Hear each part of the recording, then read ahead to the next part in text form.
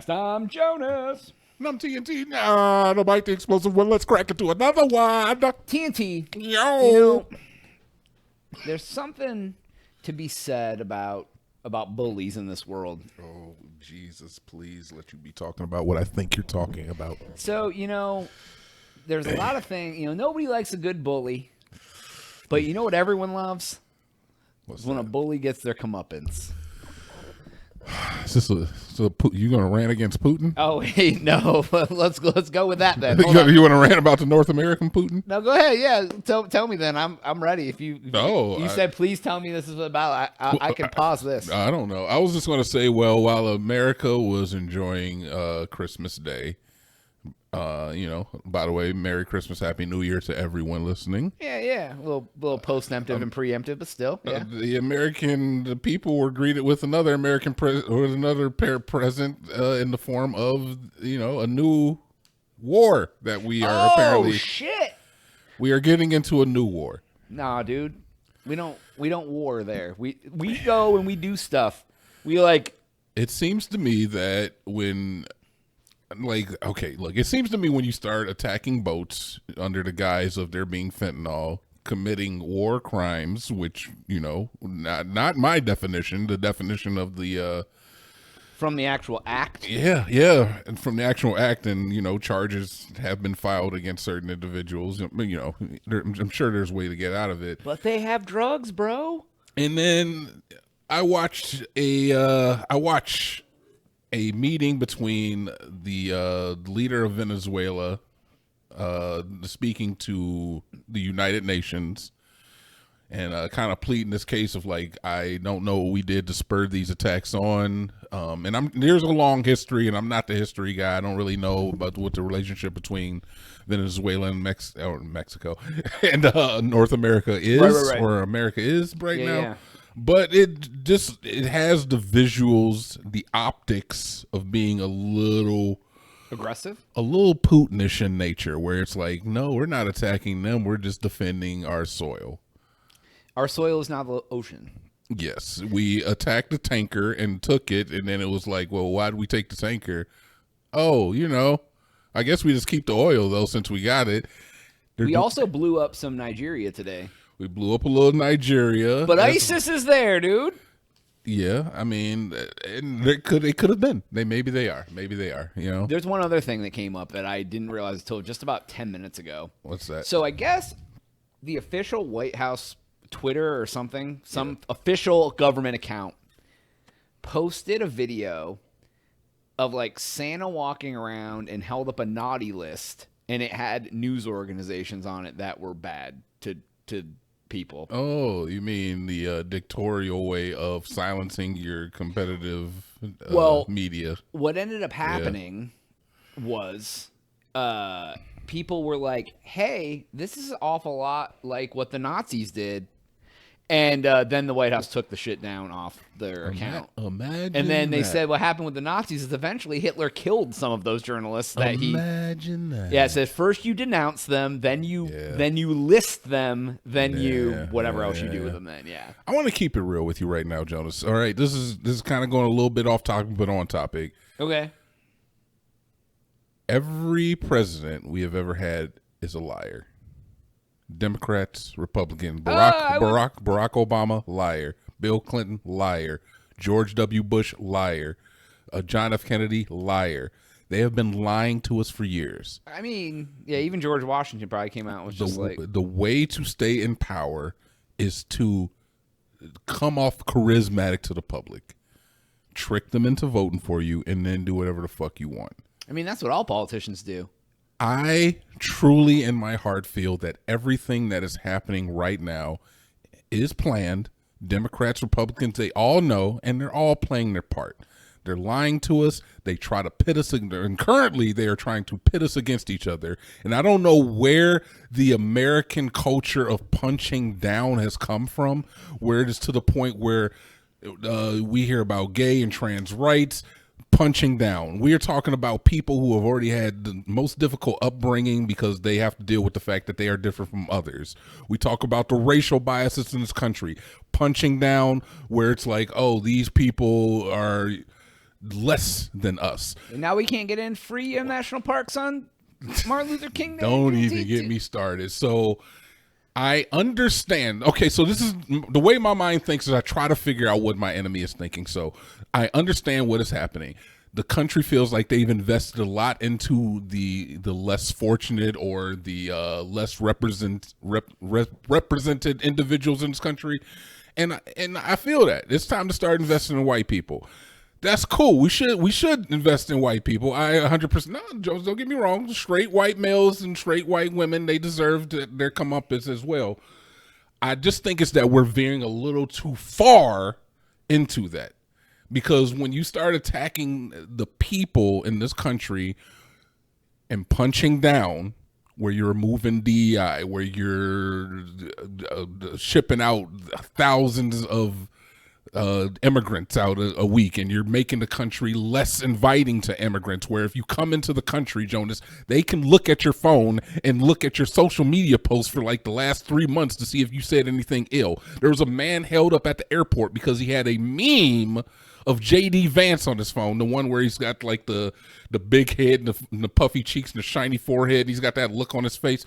He had that meme, and he was almost denied access into this country. People don't want to come here anymore, man.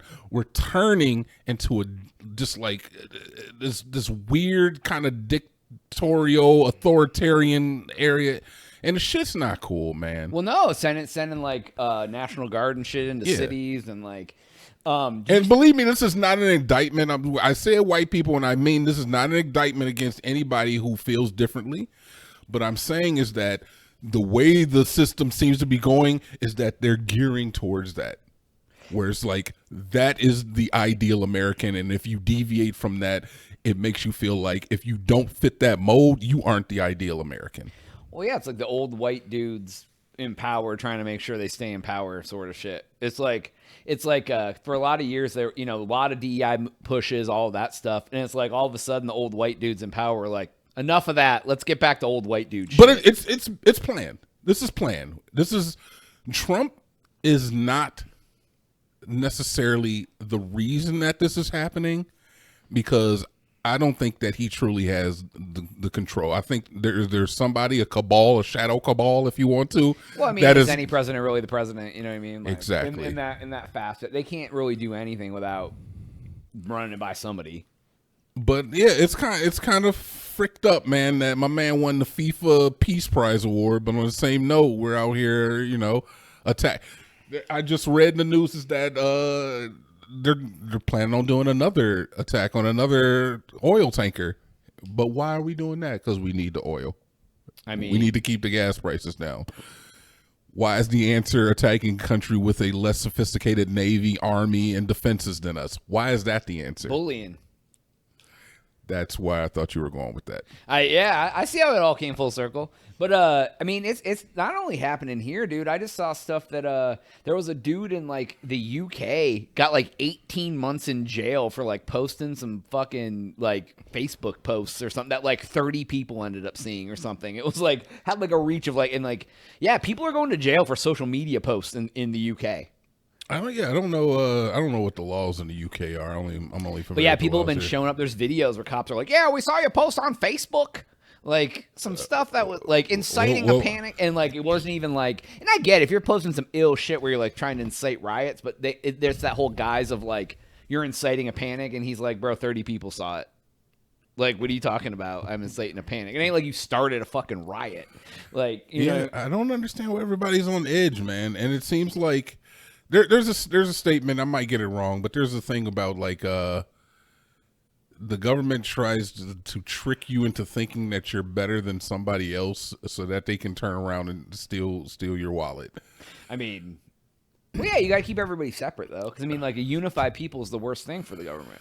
But the thing is that if this country were at least like end of the spectrum, completely left field, but if this country was composed of ideal Americans, they would just find somebody else to hate.